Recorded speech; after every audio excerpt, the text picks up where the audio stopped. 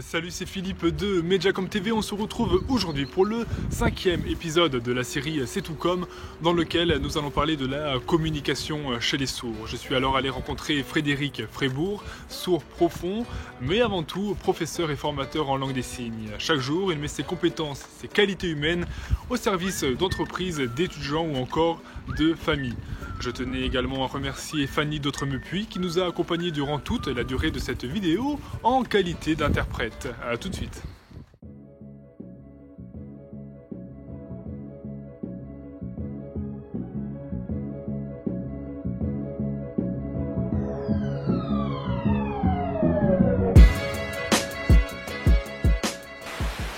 Frédéric, bonjour, merci d'avoir accepté mon invitation. C'est un réel et sincère plaisir de vous recevoir ici dans le cadre de Mediacom TV. Ma première question, elle va être toute simple. Pour toi, Frédéric, qu'est-ce que la communication ? Alors la communication, qu'est-ce que c'est ? Alors qu'on soit sourd ou entendant, qu'on maîtrise la langue des signes ou pas, la communication pour moi c'est un message qui est compris de part et d'autre. Voilà. Et pour vous, qu'est-ce que c'est la communication ? Je vous renvoie la question. Alors ça c'était une question, il faut que les internautes le sachent, qui n'était pas prévue. Mais pour moi, et dans le cadre qui m'occupe aujourd'hui, je dirais que la communication, c'est une passion qui me tient à cœur de partager, et avec vous, le premier. D'accord. Et c'est vrai que le mot communication, on peut penser à la technologie, on peut penser à l'humain également. Pour la technologie, c'est vrai qu'il y a les SMS, il y a Internet, il y a plein de choses. Quand on pense à la communication avec des personnes qui sont en présence, c'est différent. Alors bien sûr, les sourds utilisent la langue des signes et ça participe justement à la communication. Enfin, ça fait partie de la communication, la langue des signes pour moi. Et beaucoup de personnes entendantes associent la notion de sourd à celle de muet, comme elles associent également les personnes sourdes à la simple utilisation de la langue des signes. Et pourtant, cela ne s'avère pas aussi simple que ça. Concrètement, comment peut s'exprimer la communication chez les personnes sourdes ? Alors, j'imagine que vous avez donc déjà vu des personnes sourdes signer et c'est vrai que les gens se disent qu'ils sont sourds, mais il peut y avoir des personnes complètement sourdes ou des personnes malentendantes et c'est un choix de langue. Alors c'est pas toujours un choix pour ces personnes-là, mais voilà, on peut choisir d'aller vers la langue des signes ou vers l'oral. Moi je suis sourd et j'ai choisi d'aller vers la langue des signes. Mais il y a d'autres personnes sourdes qui ont choisi d'aller vers l'oral et qui portent des appareils ou qui sont implantés et voilà, qui ont choisi d'aller vers l'oral. Pour les malentendants, c'est pareil. Il y en a qui se sont tournés vers la langue des signes, vers l'oral ou vers les deux aussi, ça arrive. Donc sourd égale langue des signes, non, parce qu'il y a plein de sourds qui n'ont pas choisi la langue des signes et qui se sont tournés vers l'oral. Et comment peut s'expliquer ce choix, soit de choisir la langue des signes, soit une autre façon de s'exprimer ? Est-ce que c'est un choix qui est fait par l'éducation ? Est-ce que c'est un choix que l'on fait personnellement ? C'est une bonne question, c'est une très bonne question. Est-ce que c'est vraiment un choix ?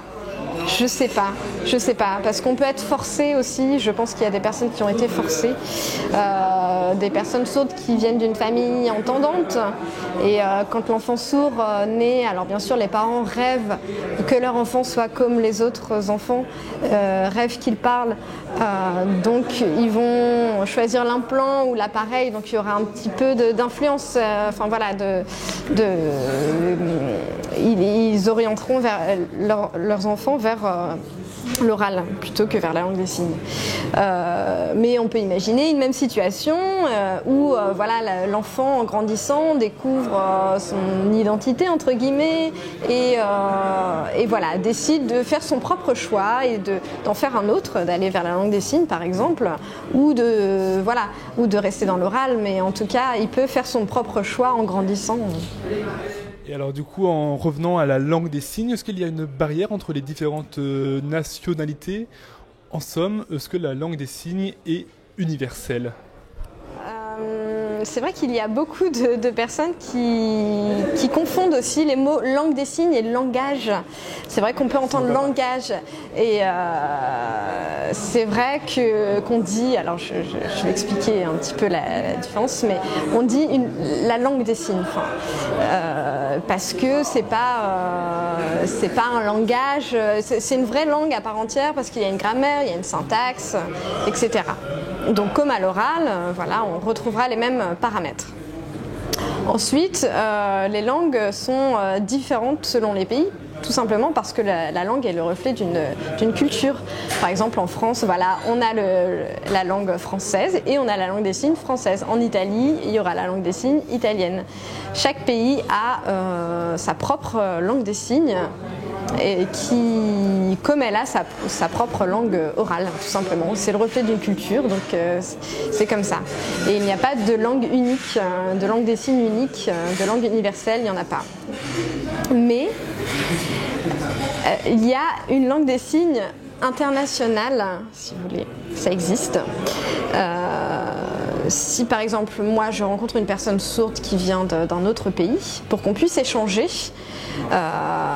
par exemple, si je dis j'habite à Paris, je vais le dire d'une certaine manière, de sorte qu'il puisse comprendre. Je vais faire d'autres signes, si vous voulez.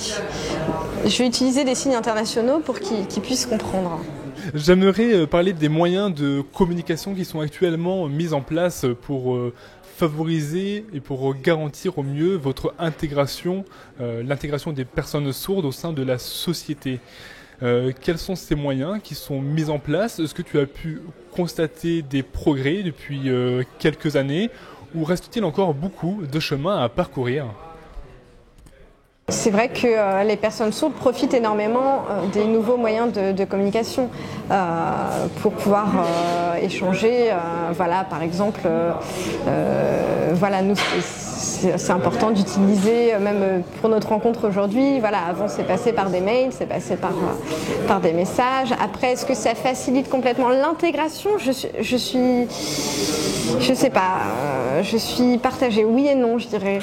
De nombreuses personnes, alors qu'elles soient entendantes, sourdes ou malentendantes, affirment que il y a de plus en plus de moyens de communication, mais que paradoxalement, on communique de moins en moins, ou du moins que la communication, vraiment, sa qualité diminue. Que pensez-vous de cela ? Alors, par rapport à mon avis, non, personnel,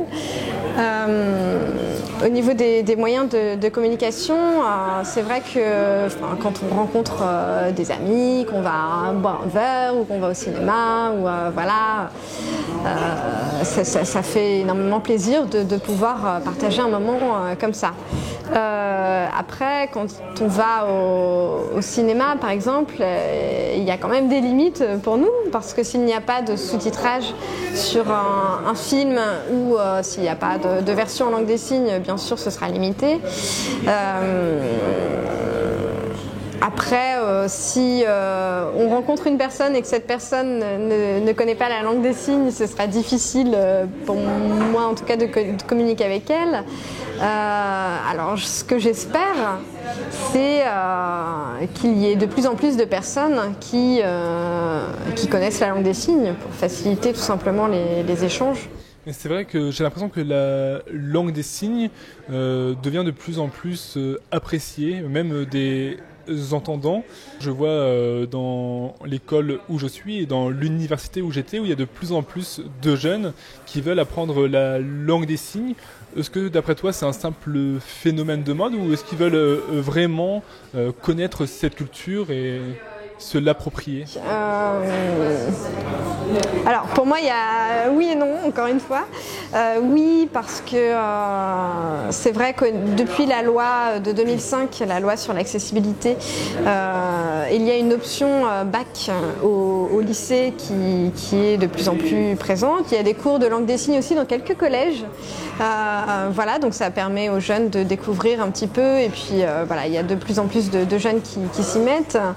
Mais moi, dans la société, dans les rencontres que j'ai l'habitude de faire, par exemple ici au bar ou au cinéma ou dans une entreprise, les administrations, finalement, je ne retrouve pas ces gens-là en fait.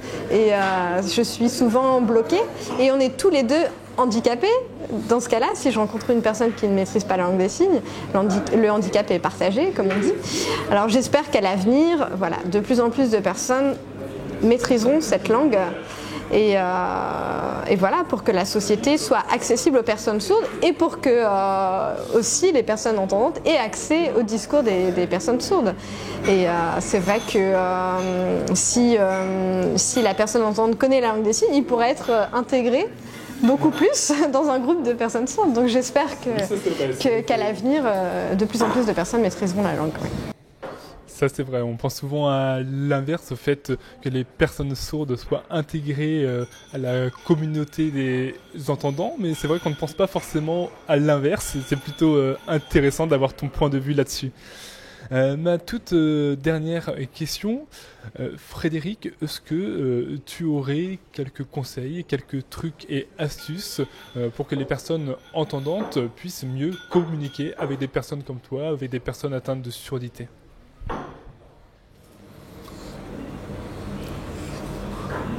Alors, d'abord, si on voit une personne sourde, je pense que l'important c'est pas de rester sur ses blocages, mais voilà, d'aller vers la personne et de pas, de pas se dire ah il est sourd, bon bah tant pis, je laisse tomber, ça, je le mets de côté. Enfin, voilà, faire l'effort d'aller vers la personne. Et ensuite,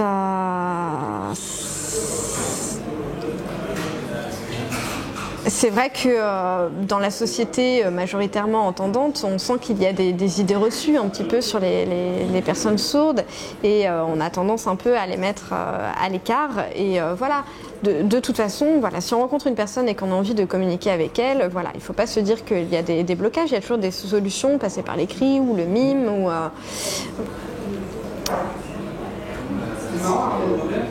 et voilà, et c'est important d'être ouvert aux choses qu'on va découvrir de cette personne, de son identité, de sa culture, voilà, et mettre ses idées reçues de côté, voilà, et être ouvert à la culture et à la richesse de la personne en face de soi. Frédéric, je te remercie beaucoup pour cet échange qui pour moi était très enrichissant, très passionnant. Encore une nouvelle fois, merci. Merci à vous, c'est un plaisir de vous rencontrer.